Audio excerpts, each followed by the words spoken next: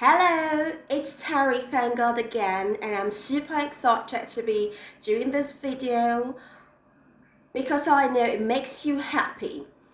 Yes, you asked me to do a video telling you all about what happens in my elocution class, and today I am set to do a tell-all. Is that what it is called again?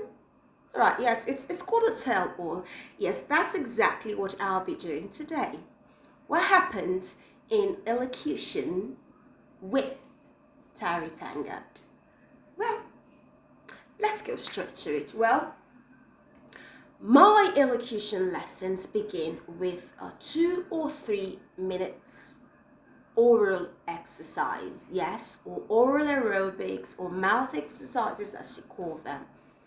That's to keep the mouth working and get it ready for the drills, pronunciations, reading, and lots of oral exercises that will be happening in the class. So it's important to do that, especially if your lesson is the first in the morning. You need to warm up the mouth to get it ready. If it's in the afternoon, you may not really need that since your kids should have been talking all day and probably exhausted. So if my lesson is going to be in the afternoon, I skip the oral exercises because I don't think it's necessary. Right, so after that, what do I do? Well, if I'm teaching a sound, for example, let's say I'm talking about the voiceless TH sound. First, I start by showing them the symbol, yes, the phonetic symbol, how it's written, and I teach them to write it. That is important. I like to get the hand and brain working together. I believe that when you write something, it's not very easy to forget it. So I make them write the symbol. Good, so after writing the symbol, we go straight to pronouncing the symbol or articulating the symbol. Yes, picture to sound, sound to picture, especially the TH sound. It's really important you do lots of exercises because it's a bit difficult for some people to articulate that sound properly. But what is it you can do to make that easy? Well, you need to give instructions, specific instructions. If you're teaching the TH sound, for example, you need to let them know that they need the tip of the tongue and the back of the upper front teeth. So it could be very helpful to ask them to do something like this. Put the tip of your tongue at the back of your upper front teeth and blow air.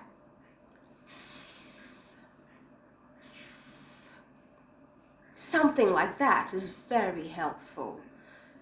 Yes, so when I do that and I'm sure they can make the sound properly, I go straight to using the sound in phrases, in words, sentences, passages, dialogues, lots of activities. I start with words, think, thank, through, thought. Words they use every day. That's the essence. You need to start with words they use every day before you go to words that are not familiar. That way it's easier for them to practice.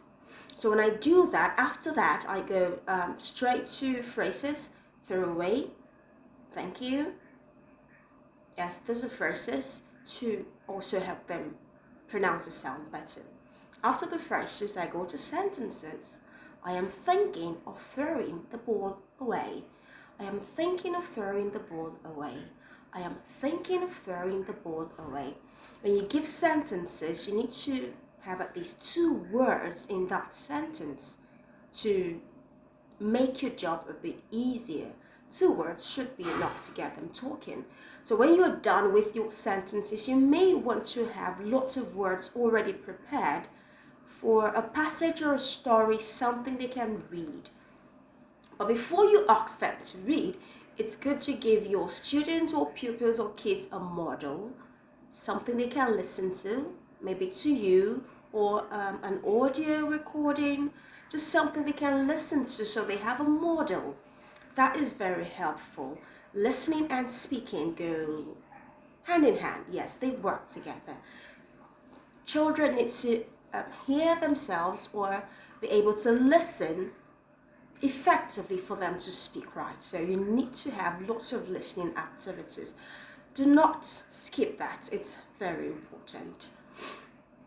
All right, so when we're done reading the passage of the story with the sound, we go to dialogues. Yes, doing that in pairs is very effective. It could be really fun if you have interest in dialogues for them to work with.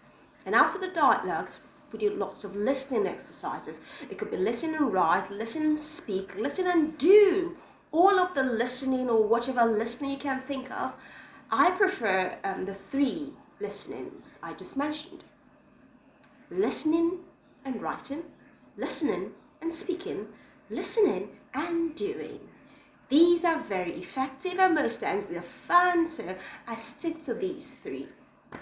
If you want to do others, well, it's fine, but I stick to these 3 and they work really well for me.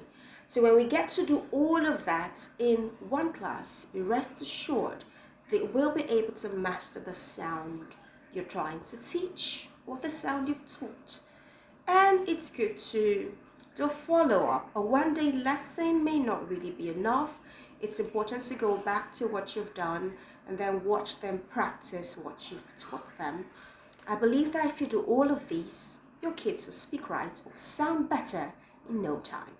If you need more tips, suggestions, or activities to spice up your pronunciation class, you can send me a DM, give me a call, or pay attention to my videos.